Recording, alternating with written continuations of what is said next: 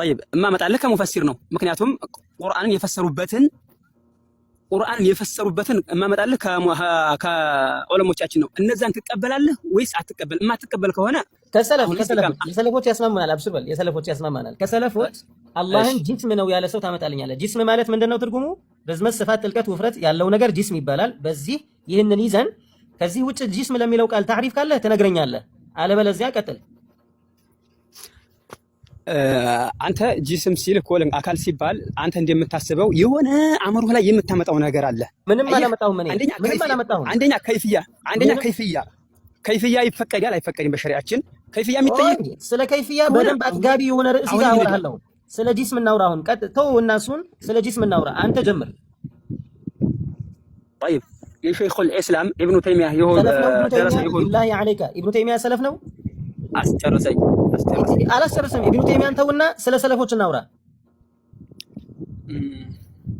እሺ አንተ ስለ ሰለፎች ጥቀስልኝ። መጀመሪያ አምጣ።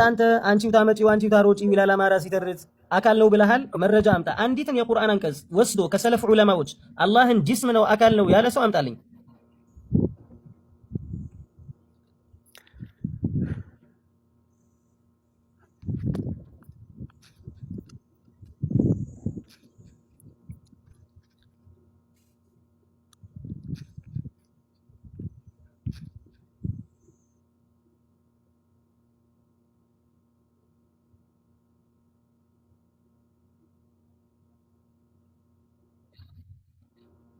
ይመለሳል። ቆይ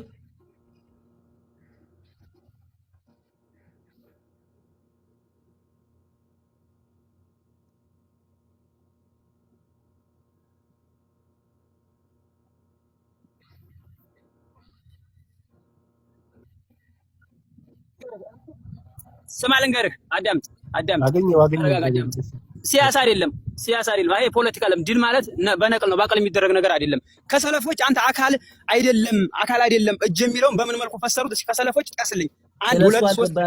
አብዱላህ ስለሱ አልገባንም። አሁን አካል ስለሚለው እያወራን ነው። አንተ አካል ነው ብለሃል። መረጃ አምጣ።